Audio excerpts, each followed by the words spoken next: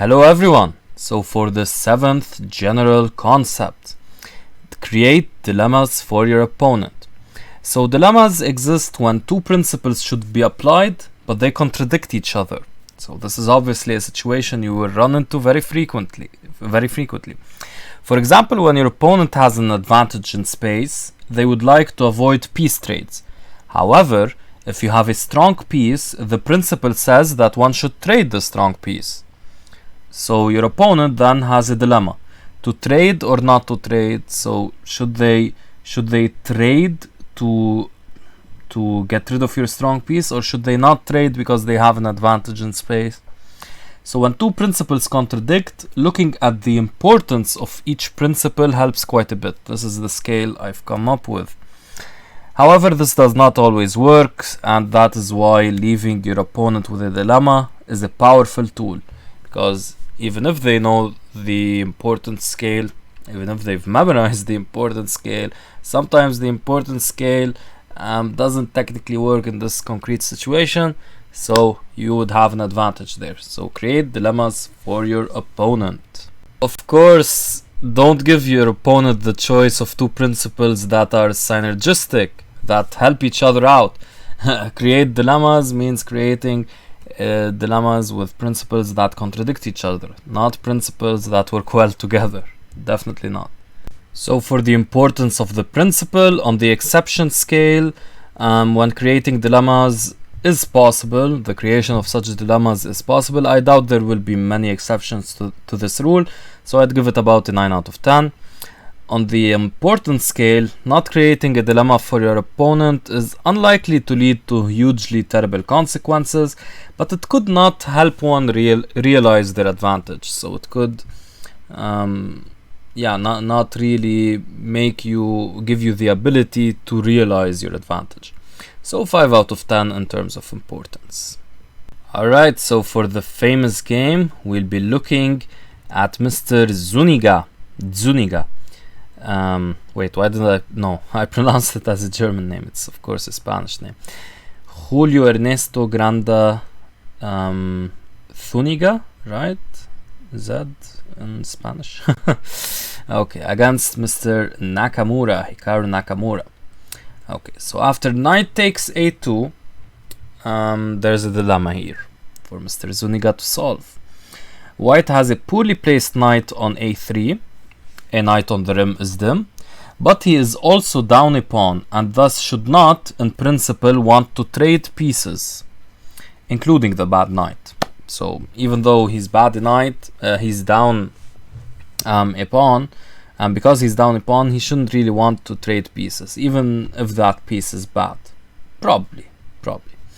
However, he sees deeper. At the end of the line, trading the bad knight will lead to tremendous counterplay. Of course, a lesser player here would have been confused by these two conflicting principles, and would have probably lost the game. Admittedly, the a3 knight was self-inflicted and was likely going to c4 anyway. So from the opening, this weakness, the knight on the rim is dim, was likely self-inflicted. But Nakamura did well to take the pawn and try to at least create a dilemma for GM Granda.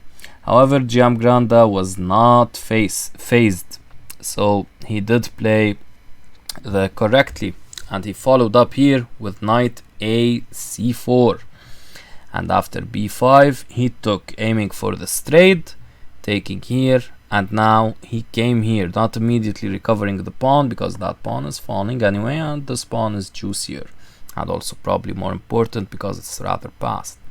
Okay, that pawn is no longer falling anyway, so it's saved. But of course a7 is not going to be saved. Alright, so for the other example section, this was Helicha's game by FM Superstonik against GM Elda64. Elda is a rather popular player on Lichess, or someone who's well known, because they're always on that rating list, high end of that rating list. Blitz and bullet. Okay, so white is going on some funny adventures over here with these pawns. Okay, so here white has a dilemma. He has a good knight versus a bad bishop, but he's not 100% sure that the endgame is winning.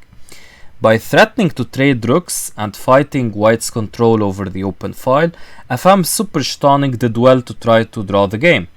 However, despite Stockfish giving this position an evaluation of minus 2.5 at depth 49, meaning that the game should likely end in a draw, black actually lost the game. But so here this was a nice dilemma that white created. So he has a good versus bad knight. Okay, so this situation, this is of course favoring black, but who knows, maybe the end game without rooks on the board, it's losing. It's not losing, it's drawn. Who knows? So black offered that option, and in fact here white offered that option, and in fact here, after the trades do occur, yeah, this position is given as a draw by Stockfish, but unfortunately white was not able to draw it. It's difficult in practice. So yeah, with that, I hope you got something out of this video, guys, and yeah, take care.